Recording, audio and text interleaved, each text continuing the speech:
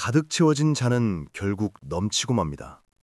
노년에 당신을 지치게 하는 것은 무엇입니까?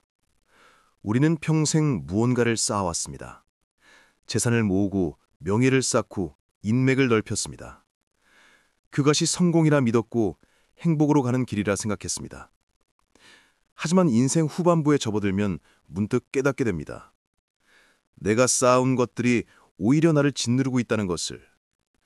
집안 가득한 물건들, 끊을 수 없는 관계들, 그리고 채워지지 않는 욕심. 이 모든 것이 우리의 심신을 무겁게 만듭니다. 다산 정혜경 선생은 18년의 유배 생활 속에서 깨달았습니다. 진정한 삶의 지혜는 채우는 것이 아니라 덜어내는 데 있다고. 다산은 말했습니다. 사람이 욕심을 버리지 못하면 평생 고통 속에서 헤맨다. 검소함과 수신, 이것이 다산이 유배지에서 체득한 삶의 진리였습니다.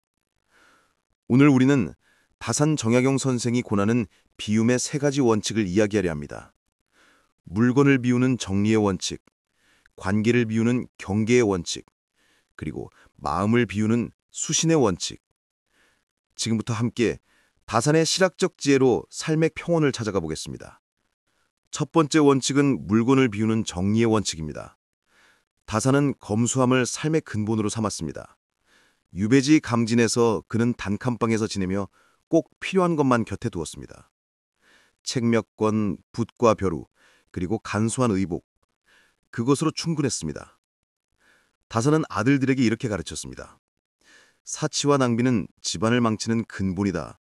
검소함이야말로 덕을 쌓는 시작이다. 우리 주변을 둘러보십시오.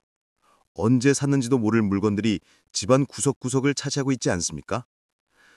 언젠가 쓸 것 같아서, 버리기 아까워서 이런 생각들이 우리를 붙잡습니다. 하지만 물건이 많아질수록 우리의 마음도 복잡해집니다. 소유는 자유가 아닙니다. 오히려 속박입니다. 물건 하나하나가 우리의 시간과 정신을 요구합니다. 정리하고 관리하고 걱정하게 만듭니다. 제가 아는 한 노부부의 이야기를 들려드리겠습니다.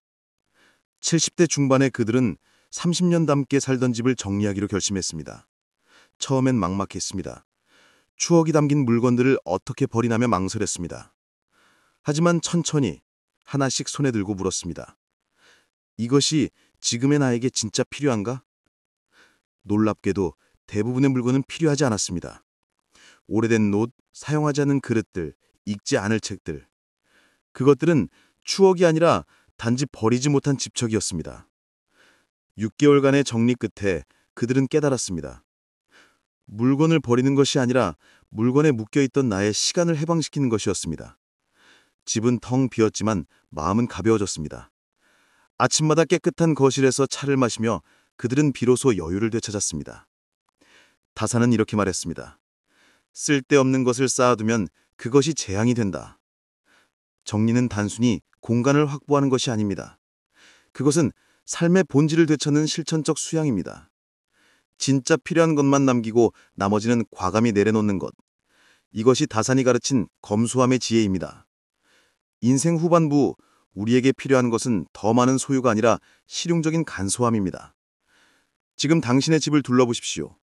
그 물건들이 당신을 편안하게 합니까? 아니면 부담스럽게 합니까? 두 번째 원칙은 관계를 비우는 경계의 원칙입니다. 다산은 사람과의 교류에 있어서도 신중했습니다.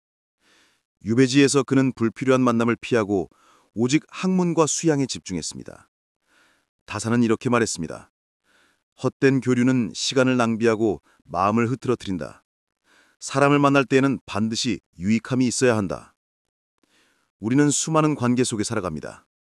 가족, 친구, 직장 동료, 동창회, 친목 모임. 하지만 솔직히 물어봅시다. 그 모든 관계가 당신에게 진정한 유익을 줍니까? 인생 후반부가 되면 관계도 정리가 필요합니다. 의무감으로 만나는 사람들, 나를 소진시키는 만남들. 이런 관계들은 우리를 지치게 할 뿐입니다. 다산은 경계했습니다. 쓸데없는 말을 하는 사람과 어울리면 자신도 그렇게 된다. 한 지인의 이야기입니다. 60대에 접어든 그는 매주 여러 모임에 참석했습니다. 동창회, 동호회, 친목회. 거절하면 관계가 끊어질까 두려웠습니다. 하지만 어느 날 그는 스스로에게 물었습니다. 나는 왜 즐겁지도 않은 자리에 억지로 가고 있는가? 그는 용기를 냈습니다. 몇몇 모임에서 조용히 물러났습니다. 처음엔 죄책감이 들었지만 시간이 지나며 놀라운 변화가 찾아왔습니다. 나 홀로의 시간이 늘어나자 마음이 고요해졌습니다. 아침 산책을 하며 사색하고 집에서 좋아하는 책을 읽고 정말 그리운 친구와만 깊은 대화를 나눴습니다. 그는 말했습니다. 관계를 줄이니 정말 중요한 소수의 사람들과의 시간이 밀도 높아졌습니다.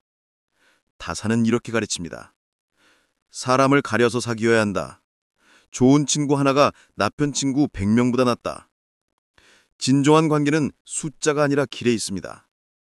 인생 후반부, 우리에게 필요한 것은 넓은 인맥이 아니라 깊은 신뢰입니다. 혼자 있는 시간을 두려워하지 마십시오. 고독은 외로움이 아닙니다. 그것은 자신을 수양하는 소중한 시간입니다. 불필요한 관계를 경계하고 비워낼 때 비로소 진짜 관계가 남습니다. 당신 곁에 남아있는 사람들을 보십시오. 그들이야말로 당신의 진짜 재산입니다. 세 번째이자 가장 중요한 원칙은 마음을 비우는 수신의 원칙입니다. 물건을 비우고 관계를 비워도 가장 무거운 짐이 남아있습니다. 바로 우리 마음속 욕심입니다. 과거에 대한 미련, 미래에 대한 걱정, 이루지 못한 것에 대한 집착, 이 모든 것이 우리 마음을 가득 채우고 있습니다. 다사는 이렇게 말했습니다. 사람의 마음은 욕심이 없으면 맑고 욕심이 있으면 흐려진다. 우리는 평생 무언가를 이루려 했었습니다. 더 많이 가지려 하고 더 높이 오르려 했습니다. 하지만 인생 후반부의 지혜는 다릅니다. 이제는 욕심을 내려놓는 법을 배워야 합니다. 다사는 아들들에게 경계했습니다. 욕심을 부리면 끝이 없다. 만족할 줄 알아야 평안하다. 과거를 돌아보며 후회하지 마십시오. 그때 그렇게 했더라면 이런 생각은 현재를 훔칩니다. 과거는 이미 지나갔고 다시 돌아오지 않습니다. 미래를 걱정하며 불안해하지 마십시오. 미래는 어떻게 될까? 이런 걱정은 오늘을 빼앗습니다. 미래는 아직 오지 않았고 어떻게 될지 알 수 없습니다. 우리에게 진짜로 존재하는 것은 오직 지금 이 순간뿐입니다. 다사는 말했습니다. 마음을 다스리는 것이 천하를 다스리는 것보다 어렵다. 하지만 그것이야말로 진짜 공부다. 마음을 비운다는 것은 아무 생각도 하지 않는다는 뜻이 아닙니다. 그것은 불필요한 욕심을 단속하고 절제한다는 뜻입니다. 다사는 유배지에서 18년을 보내며 끊임없이 자신을 수양했습니다. 명예도 권력도 재산도 없었지만 그는 평온했습니다. 왜냐하면 그는 욕심을 내려놓았기 때문입니다. 그는 이렇게 깨달았습니다. 욕심을 비우니 세상 모든 것이 충분했다. 용서하지 못한 사람이 있다면 이제는 놓아주십시오. 그것은 상대를 위한 것이 아니라 당신 자신을 위한 것입니다.